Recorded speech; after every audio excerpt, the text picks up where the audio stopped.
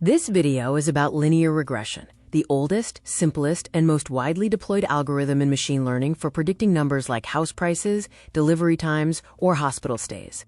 We will master 4 concepts: the line of best fit, residuals and the cost function, gradient descent, and assumptions and failure modes. These explain how linear regression works, from visual intuition to the underlying math.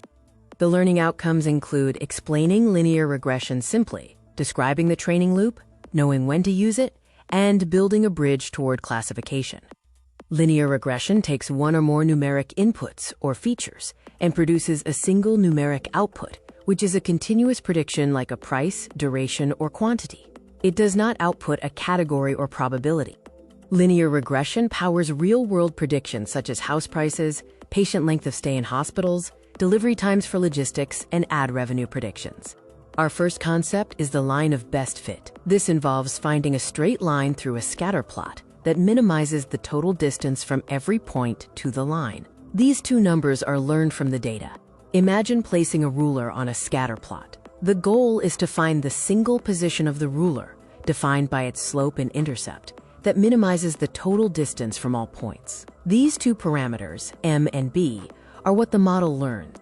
The equation of a line, $y equals mx plus b dollar, contains everything linear regression does. The slope m is the rate of change, encoding the direction and strength of the relationship. The intercept b is the baseline prediction when x is 0. $y is the predicted value. To find the line of best fit, the candidate line rotates and shifts, adjusting the slope and intercept until it minimizes total error. The final settled position is the model's answer, its learned parameters m and b. Our second concept is residuals and the cost function. A residual is the gap between the predicted and actual value. The cost function measures this gap, squared and averaged, into a single number that the model minimizes.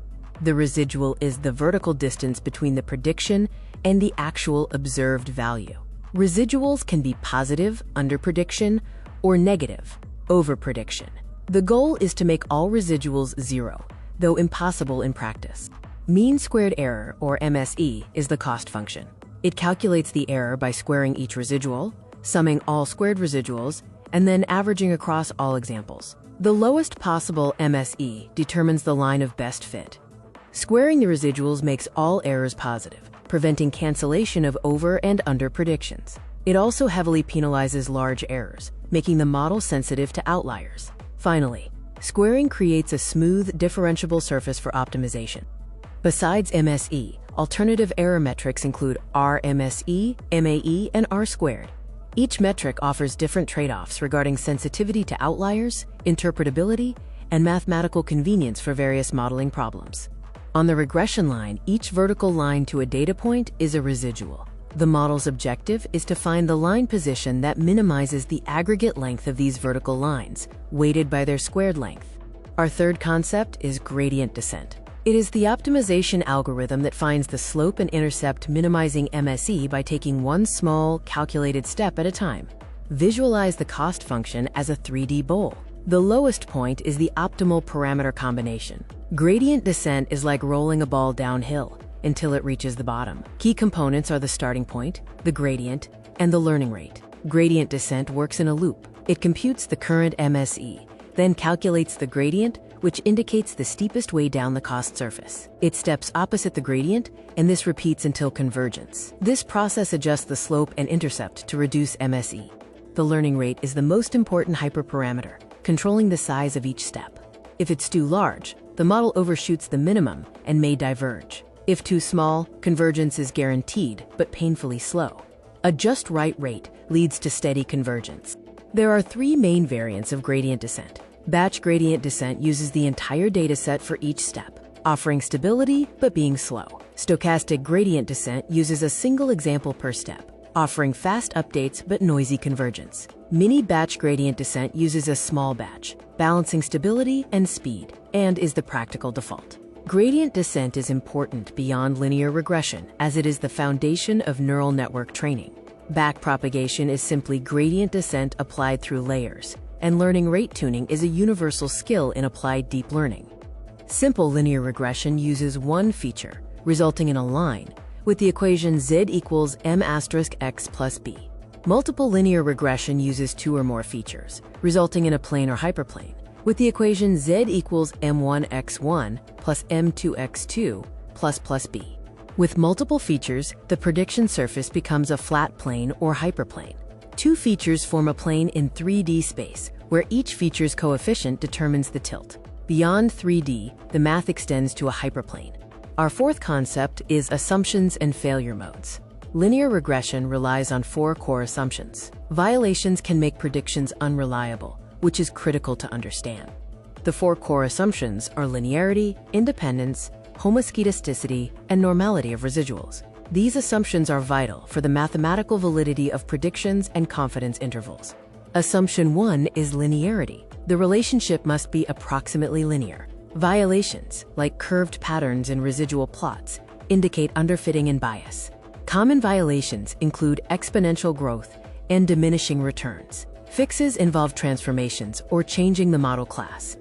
Assumption 2 is independence. Each training example must be independent of others. Time series data, repeated measures, and geographic clustering often violate this. Non-independent data can lead to underestimated standard errors and invalid confidence intervals.